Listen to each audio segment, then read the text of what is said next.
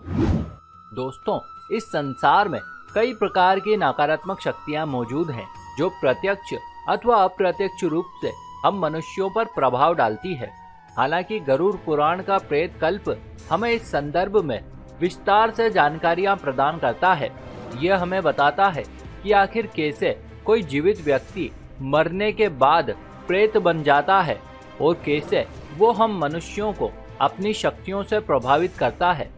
किंतु आज हम आपको हिंदू पौराणिक ग्रंथ साथ ही कुछ प्रत्यक्षदर्शियों के अनुभवों से ली गई जानकारियों के आधार पर प्रेत बाधा की 3 ऐसी स्थितियां बताएंगे जिससे आपको ये पता चल जाएगा कि कोई प्रेत किसी मनुष्य को किन किन परिस्थितियों में क्या क्या कष्ट दे सकता है।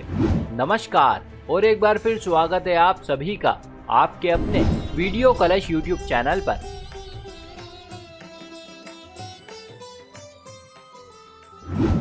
दोस्तों, कई लोगों के घर परिवार अथवा जीवन में विभिन्न प्रकार की परेशानियां होती है जिनमें आर्थिक तंगी, नौकरी अथवा व्यापार में हानि, शारीरिक कष्ट आदि प्रमुख है। ऐसे लोग जरा भी कुछ अच्छा करने जाते हैं तो बुरा कर बैठते हैं। कहने का अर्थ यह है कि ऐसे परिवार कभी चैन से 2 वक्त की रोटी नहीं खा सकते हैं। हर साल 4 साल में इन पर किसी न किसी बात को लेकर गाज गिरती ही रहती है। यदि ऊपरी तौर पर देखा जाए तो इसमें किसी भी व्यक्ति को कोई विशेष समस्या नजर नहीं आएगी, क्योंकि सुख और दुख तो सभी के जीवन में चलते ही रहते हैं। इसमें कुछ नया नहीं है। किंतु गरुड़ पुराण अथवा तंत्र शास्त्र की माने तो मनुष्य की इन परेशानियों का कारण कोई और नहीं बल्कि प्रेत होते हैं। दरअसल अब तक ऐसी कई घटनाएं हो चुकी है जिसमें प्रेत स्वयं किसी के शरीर में आकर अथवा दिव्य शक्तियों के समक्ष उपस्थित होकर अपनी बात स्वीकार करता है और वो बताता है कि उसने उक्त परिवार को क्या क्या कष्ट पहुंचाए हैं। हालांकि ज्यादातर मामलों में ये प्रेत कोई और नहीं अपितु परिवार का कोई ऐसा सदस्य होता है जो अतीत में कभी अकाल मृत्यु की भेंट चढ़ा हो। अब दोस्तों, आपके मन में ये प्रश्न उठ सकता है कि भला परिवार का सदस्य मरने के बाद अपने ही परिवार के लोगों को कष्ट क्यों देगा। तो दोस्तों, यहाँ पर आप ये विचार छोड़ दें कि वो अपना है, क्योंकि कोई भी मनुष्य जब तक जीवित है तब तक वो अपना है। किंतु मरने के बाद रिश्तों की ये परिभाषा बदल जाती है। और वैसे भी ये तो कोई ऐसी दुखी प्रेत आत्मा है जिसने अत्यंत ही दुख के कारण अपने प्राण त्यागे हैं, तो फिर भला कैसे वो मरने के बाद शांति से बैठ सकता है। ये थी पहली स्थिति। अब बात करते हैं दूसरे प्रकार की प्रेत बाधा की। इसके अंतर्गत कई नगर अथवा गांव की कुछ जगहें आती है जहां पर अक्सर ही लोग हादसे का शिकार होते हैं। दरअसल इन जगहों पर कुछ ऐसी नकारात्मक शक्तियों का शासन होता है जो आए दिन लोगों को अपनी चपेट में लेती रहती है। वैसे शुरू में ये स्थान इतने अधिक नकारात्मक नहीं होते हैं, किंतु जब कोई व्यक्ति यहाँ पर किसी हादसे का शिकार हो जाता है तो उसे ना चाहते हुए भी वहीं पर तड़प तड़प कर अपने प्राण त्यागने पड़ते हैं। ऐसे में वो बहुत ही कष्ट और पीड़ा का अनुभव करता है और इसी कष्ट और पीड़ा के कारण उसके मन में क्रोध का जन्म हो जाता है। फिर वो बदला लेने की भावना से उसी स्थान पर बैठ जाता है और जो कोई भी राहगीर वहां से गुजरता है तो वो उसे अपनी चपेट में ले लेता है। हालांकि सभी प्रेत आत्माएं बुरी नहीं होती हैं, कई बार कुछ अच्छी भी होती है और वो लोगों को हादसे से बचा भी लेती है। वैसे एक बार एक प्रेत की सहायता से ही बाबा तुलसीदास जी ने श्री राम, लक्ष्मण और हनुमान जी के दर्शन किए थे। किंतु ये मात्र कुछ विशेष परिस्थितियों में ही लोगों की सहायता करते हैं और सभी की सहायता करें ऐसा आवश्यक नहीं है। अतः आप ये बात मन से निकाल दें कि कोई भी साधारण मनुष्य भूतों के आशीर्वाद से सफलता पा सकता है। तो दोस्तों, ये थी दूसरे प्रकार की स्थिति।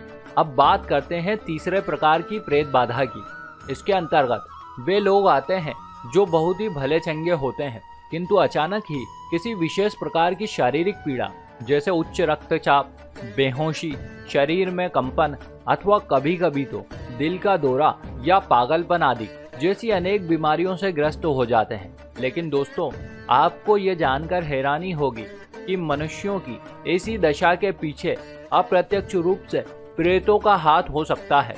दरअसल कुछ लोगों के गुप्त शत्रु होते हैं जो कानून अथवा समाज के भय से मुंह पर तो कुछ नहीं कह पाते हैं, किंतु ये लोग पीठ पीछे अवश्य ही वार करते हैं और इसके लिए ये सहारा लेते हैं काले जादू का। हालांकि कोई भी साधारण मनुष्य काला जादू करने में पारंगत नहीं हो सकता है, परंतु तांत्रिक जन इस विद्या को बहुत ही अच्छे से जानते हैं। अब होता यूं है कि जब कोई व्यक्ति अपनी समस्या लेकर किसी तांत्रिक के पास जाता है तो वो तांत्रिक उक्त व्यक्ति से कुछ पैसे अथवा सहायता करने के भाव से फला व्यक्ति पर अपनी तंत्र क्रिया कर देता है।